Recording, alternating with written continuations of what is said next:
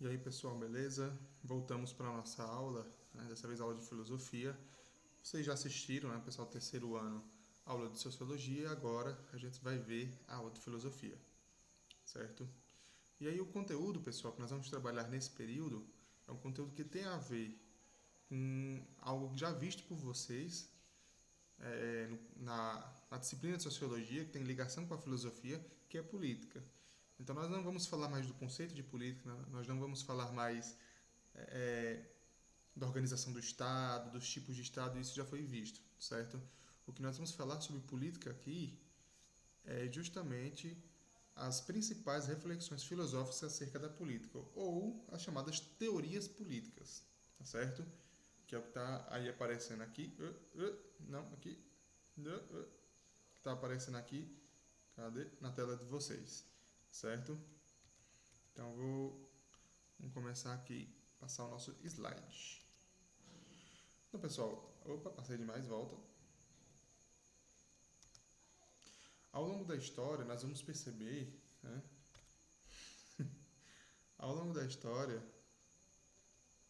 nós vamos perceber que surgiram várias ideias, né, e ou teorias políticas, né, várias formas de entender, de pensar, certo? O que é política, como se deve fazer política, qual o objetivo da política, enfim, tudo isso, beleza? Então, essas teorias que nós vamos ver, né, estão aqui elencadas na tela para vocês, os seus principais autores. Né? Na antiguidade, nós vamos falar, na aula de hoje, sobre Platão e Aristóteles. O que eles entendiam sobre política, qual era a leitura que eles faziam disso, para eles o que era política, como ela deveria ser feita, enfim. Okay? Já na passagem do medievo, o que é medievo? Da Idade Média para a modernidade, nós vamos falar um pouquinho de algumas teorias, né? A teoria do Nicolau Maquiavel, a teoria do Baudin, que tem muito a ver com aquela questão do absolutismo, né? Essas teorias surgiram no período do absolutismo, certo? Na modernidade, mais próxima aqui a nós um pouco, né? Nós vamos ter as teorias, digamos assim, que são as bases do Estado moderno, do Estado liberal, né? Com Thomas Hobbes, John Locke e Jean-Jacques Rousseau. E também vamos ter o Barão de Montesquieu, né? Ele tem uma teoria muito interessante no equilíbrio dos poderes existentes, assim como também Hegel e Marx, que traz a crítica ao Estado liberal, certo? Então, estão aí os principais pensadores e das principais teorias que nós vamos estudar. Mas tem outras teorias?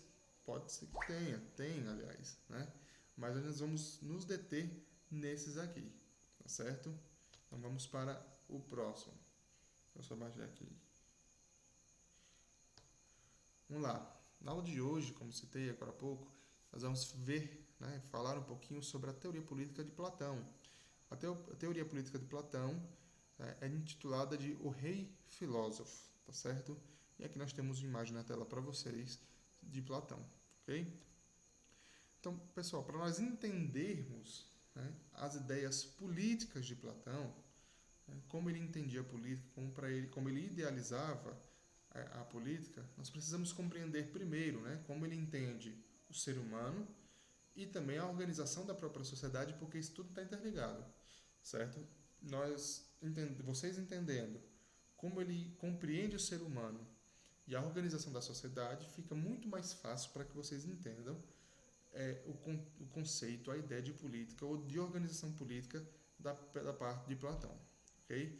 Esse é um conteúdo que vocês já viram, salvo engano, lá no primeiro ano, deram uma breve pincelada mais uma vez no segundo ano e vamos falar novamente agora no terceiro. Não a ideia política, a concepção política, mas o entendimento sobre o ser humano e o entendimento sobre a sociedade, tá certo? Então, para Platão, o ser humano, né, o indivíduo, ele era composto de três almas: a alma concupiscente, a alma irascível e a alma racional, certo? Então, o que é isso? Né? Ele dividia, né, os seres humanos, os indivíduos, digamos assim, nessas três categorias. Para ele, todos nós tínhamos essas três almas. A alma concupiscente, essa primeira, é a alma responsável pelos desejos materiais, pelos desejos carnais, a vontade de se alimentar, de se reproduzir, né? Se é que vocês me entendem. Entenderam? Todos nós temos esse desejo, temos essa alma, né, segundo Platão. A alma irascível é responsável pelas emoções, e todos nós, logicamente, temos emoções, né? E a alma racional é a alma responsável pelo uso ou pela razão, certo? Qual é constituída a razão. Então, para Platão, o ser humano é composto dessas três almas. Desejos, né, que é a alma concupiscente que ficava ali no ventre, né, a alma irascível que ficava no coração e a alma racional que ficava na cabeça. Então, para ele, todos nós temos essas três almas, só que dependendo, né, de quem nós somos, uma dessas almas vai se sobressair às outras. Isso quer dizer? Quer dizer que uma dessas almas ela vai comandar, certo? A sua forma de pensar, a sua forma de agir. Se você é uma pessoa que tem alma concupiscente mais, digamos assim, mais forte, você vai ser uma pessoa muito ligada à questão dos desejos, desejos carnais, enfim, desejos por bens materiais. Se você é uma pessoa muito ligada à alma irascível, você é uma pessoa muito emotiva, suas emoções é que te comandam suas ações, sua forma de ser, sua forma de pensar. E se você é uma pessoa mais ligada à alma racional, é a razão, certo? Que vai comandar as suas ações, sua forma de pensar, ok? Creio que ficou claro, né? E aí, para Platão, o indivíduo ele deve encontrar, para ele ser feliz, nós falamos disso no primeiro ano, quando falamos sobre felicidade, o indivíduo ele deve encontrar um equilíbrio entre as suas três almas. Está até dizendo aqui, um equilíbrio hierárquico, né, como está aqui no slide. O que é um equilíbrio hierárquico? Ele tem que encontrar o equilíbrio na ordem, né? Qual a alma que vai comandar a outra, qual a alma que vai ser a principal, certo? E nesse sentido, a racional para ele seria a ideal. Então, para nós sermos felizes, segundo Platão, né, para que nós encontramos esse equilíbrio como indivíduos, era necessário sermos comandados pela razão. Okay? Então, a razão deveria ser aquilo que comandava nossas ações, nossa forma de agir, nossa forma de pensar, nossa forma de ver o mundo, de se relacionar com o próximo, nossa forma de fazer política, certo? E aí, vendo nesse primeiro momento como era o indivíduo para Platão, o ser humano, nós vamos falar um pouquinho da questão da sociedade. Okay?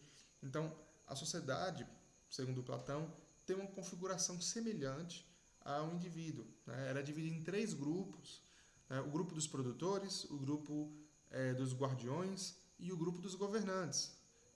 Okay? O grupo dos produtores eram aquelas pessoas que faziam parte da produção de alimentos, da produção de bens materiais, comerciantes, artesãos, certo? Agricultores, okay? Responsável pelo comércio, certo? E vocês podem ver aqui na frente aqui do slide, né? Eu coloquei assim, produtores, alma concupiscente. O que isso quer dizer? Quer dizer que se eu sou uma pessoa que é alma concupiscente, né? A alma ligada aos desejos, aos bens materiais, ela é a que se sobressai em mim, quer dizer que eu já tenho o meu papel, digamos assim, definido na sociedade, que é o papel de produtor. Eu vou ser um agricultor, eu vou ser um comerciante, eu vou ser um artesão, certo? E os guardiões? Os guardiões são aqueles que faziam a defesa da cidade, né? Os soldados, digamos assim. Então, para ser soldado, na ótica de Platão, era necessário que a alma irascível, que as suas emoções dominassem, certo? E, por fim, a classe dos governantes, que seriam aqueles que governariam a cidade, que administrariam a cidade e toda a sua população, né? Que seriam guiados sempre pela alma racional ou pela razão, certo? Mas como é que a gente ia saber qual era a alma, qual era o meu papel na sociedade, certo? Porque Platão ele divide a sociedade em três grupos e ele diz que cada indivíduo deveria entrar, né, fazer parte de um desses grupos e ter um papel bem definido dentro da polis ou dentro daquela sociedade, ok? Então, para Platão, né, como é que a gente sabe? Como é que eu vou saber se eu sou mais irascível, se eu sou concupiscente, se eu sou racional? Eu olho o meu jeito de vestir, de falar? Não. Segundo Platão, só tem uma maneira, certo, de você descobrir qual o seu papel na sociedade, dentre essas três classes, que seria o quê? A educação. Então, Platão propunha uma educação igualitária, ou seja, igual para todo mundo, independentemente da ocupação do pai, enfim, ou da família. E durante o processo educacional, durante o processo de educação, por exemplo, que vocês têm passado, não era igual, certo? Que vocês passam hoje, mas a gente pode comparar para vocês entenderem melhor. Então, durante esse processo educacional, é que iríamos separar os indivíduos de acordo com as suas características. Durante a educação, cada indivíduo daria, digamos assim, uma margem ou demonstraria qual alma é aquela que se sobressai, tá certo? E aí, graças à educação, segundo Platão, é que as pessoas poderiam ocupar os cargos na polis, ou na cidade-estado, ou na sociedade, os cargos que lhe eram devidos, ok? E lógico, os mais aptos estudariam mais até alcançar a filosofia, né, o amor pela sabedoria, para governar a cidade, certo? Então, quem seriam os governantes? Seriam os filósofos, os guiados pela alma racional, aqueles que usariam a razão para organizar a cidade, ao invés de usar as emoções ou os desejos, ok? Então, a ideia do rei filósofo é isso, é que para Platão, os filósofos, os seres racionais, aqueles guiados por sua alma racional, que deveriam ocupar o papel de governantes na sociedade. Então, qual era a forma de governo que Platão propunha? Não que ele fosse contra a democracia de forma alguma, mas dentro dessa teoria, ele propunha a chamada aristocracia. A aristocracia, né, aristo vem de aristói, né, e cracia, poder. Né? Então, a aristocracia seria o poder de poucos, né? A aristóia é os melhores, então os melhores no poder, tá certo? Então, o que é a aristocracia? É o governo dos melhores. Quem seriam esses melhores? Seriam melhores financeiramente? Não. Melhores do espírito. Tanto é que está aqui, ó, a aristocracia do espírito. Como assim do espírito? Os melhores em conhecimento, os filósofos, aqueles que detinham conhecimento, aqueles que eram guiados pela alma racional, certo? Então, nesse sentido, né, qual seria, ou melhor, para Platão, qual era a forma de governo? Uma aristocracia dos filósofos. O que isso quer dizer? Os melhores, né, os mais preparados no poder, certo? Qualquer dúvida vocês comentem no vídeo, vocês mandem no PV, ok? Creio que tenha ficado claro. E por fim, nós vamos falar do segundo filósofo, nós vamos trabalhar, né, na aula de hoje, que é o Aristóteles. A teoria do Aristóteles, pessoal, ela é mais simples de se compreender, porque ela é mais prática para nós entendermos. Okay? E aí está o título, né? O animal político. E aqui embaixo tem uma imagem do Aristóteles, certo? E o Aristóteles ele foi discípulo de Platão, mas ele traz uma teoria política um pouco diferente, ou melhor, diferente em muitos aspectos da teoria de Platão. Okay? Então vamos lá, resumindo aqui a ideia ou a teoria, né, de Aristóteles. Aristóteles ele entendia primeiro, né, que o ser humano, então, mais uma vez, para entendermos essa teoria política, nós temos que entender como este filósofo entendia ou compreendia o próprio homem, né, o ser humano, o indivíduo. Então, o ser humano, para Aristóteles, é um ser social. Ele não consegue viver longe ou isolado de outros seres humanos. É necessário para que ele sobreviva, certo? Que ele viva em sociedade, que ele viva próximo, convive com outros seres humanos. Okay? Então, primeira coisa, para Aristóteles, o ser humano é um ser social, ele precisa conviver com outros seres humanos, certo? Então, segundo Aristóteles, né, a organização social, ou seja, a forma de organizar essa sociedade, ela deve sempre estar voltada para o bem comum. Okay? Então, essa ideia, por exemplo, da política para o bem comum, que nós muitas vezes ouvimos falar hoje, é uma ideia da antiguidade, uma ideia de Aristóteles. Tá certo? Então, para Aristóteles, a política não deveria ser feita, de maneira alguma, pensando apenas em um grupo específico ou um desejo de uma minoria. Pelo contrário, para Aristóteles, a maioria deveria sobressair em cima da minoria. Ok? Então, mais uma vez, a organização de uma sociedade, segundo Aristóteles, deveria sempre estar voltada para o bem comum. Okay? A polis, segundo ele, seria a organização social adequada. Então, mais uma vez, lembrando o que seria a polis. Polis, né, lembrando desse conceito do primeiro ano de história, é a cidade-estado grega. Né? Então, para ele, a polis, na cidade ali onde está imersa essa sociedade, né, ela era, aliás, uma organização social adequada para o ser humano. Então, na cabeça de Aristóteles, ele tinha um modelo pronto de sociedade, que era o quê? A polis, né? A cidade-estado grega, Atenas. Então, para ele, aquele modelo de sociedade era o modelo ideal para todo ser humano viver, certo?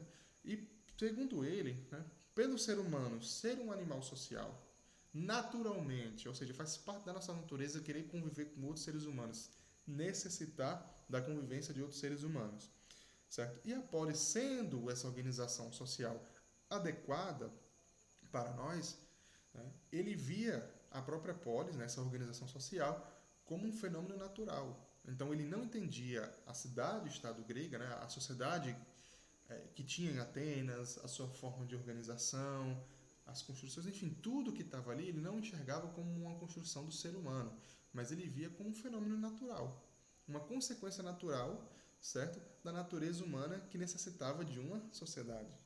Okay? Então, para ele, a polis seria o ambiente ideal para se viver. Okay? Então, mais uma vez, como eu já tinha dito anteriormente, né, ele pega esse modelo que é exportar, ou seja, para ele isso ali é o ideal, é o certo. Né? O Alexandre o Grande, ele foi um grande conquistador, um general macedônio, e ele foi aluno de Aristóteles. Né? E ele tenta se adequar, ele tenta levar e, de certa forma, até respeitar as outras culturas. Então, em certos aspectos, a gente pode entender que os povos que ele conquistava, ele tentava levar um pouco da cultura, da organização social grega àqueles povos. Talvez por influência de Aristóteles, não seja. Certo? E aí, fechando, né, a ideia de Aristóteles, o que seria política para ele, em sua teoria, a política deveria ser algo feito para o bem comum, para o bem de toda a sociedade. Nenhuma ação ou atitude política deveria ser tomada pensando apenas em um grupo em específico, mas sim na sociedade como um todo, certo?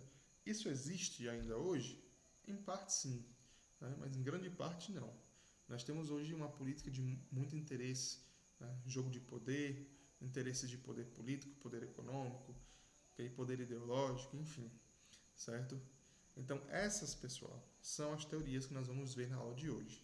Né? O Platão, com seu rei filósofo, recapitulando que para Platão o ideal seria que um filósofo estivesse no poder, porque ele aplicaria a justiça como deveria, tá certo? A sociedade seria mais justa, seria mais equilibrada, okay? E para o Aristóteles, a própria constituição de uma sociedade ou da cidade, né, da polis, era algo natural, pertencia à própria natureza do ser humano. Certo? Então, para Aristóteles, a política não deveria ser feita apenas por um grupo, ou se fosse feita apenas por um pequeno grupo, ela deveria ser feita pensando no bem de toda aquela comunidade, de toda aquela sociedade. Tá certo? Ele não traz um modelo pronto, democracia, aristocracia, mas ele trabalha muito a política voltada também para a questão da ética. Então, Aristóteles trabalhava a política pensando no bem comum e a ética pensando no bem individual, tá certo? Pessoal, na próxima aula gravada, nós vamos falar já dos filósofos, né, dentre os que nós vimos aqui, que foi... Deixa eu voltar aqui. Espera aí. Voltando. Aristóteles. Platão. Próxima aula nós já vamos entrar, né, nessas reflexões políticas, a passagem do medievo para a modernidade, falando de Nicolau Maquiavel.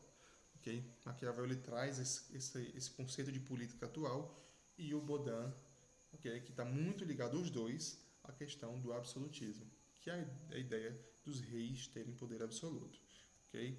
Então, espero que vocês tenham curtido essa aula, que vocês tenham compreendido o conteúdo, a explicação. Essa é a primeira aula, nós vamos ainda ter outras aulas, também vou passar a aula do YouTube para vocês, tá certo? Além de atividades, então que vocês aproveitem, se precisarem, vejam novamente essa aula, tirem suas dúvidas, comentem, mandem no PV algum comentário que vocês acharem necessário, certo? Então, foi muito bom gravar essa aula para vocês, melhor ainda se estivéssemos em sala de aula, mas vai chegar esse tempo, certo? Já está chegando, né, aliás. Então, um abraço para todos. Até a próxima aula de filosofia. Valeu! E se liguem, pessoal, porque esse conteúdo ele cai muito no Enem. Muito cobrado em Enem, vestibulares, certo? Por isso que eu também resolvi trabalhar ele. É um conteúdo curto, mas muito denso, muito pesado. Tá certo? Então, até a próxima aula. Espero que vocês tenham gostado. Espero que vocês não tenham ficado com muitas dúvidas. Tá certo? Eu preparei essa aula com muito carinho para vocês. Valeu, até a próxima aula, até a próxima terça.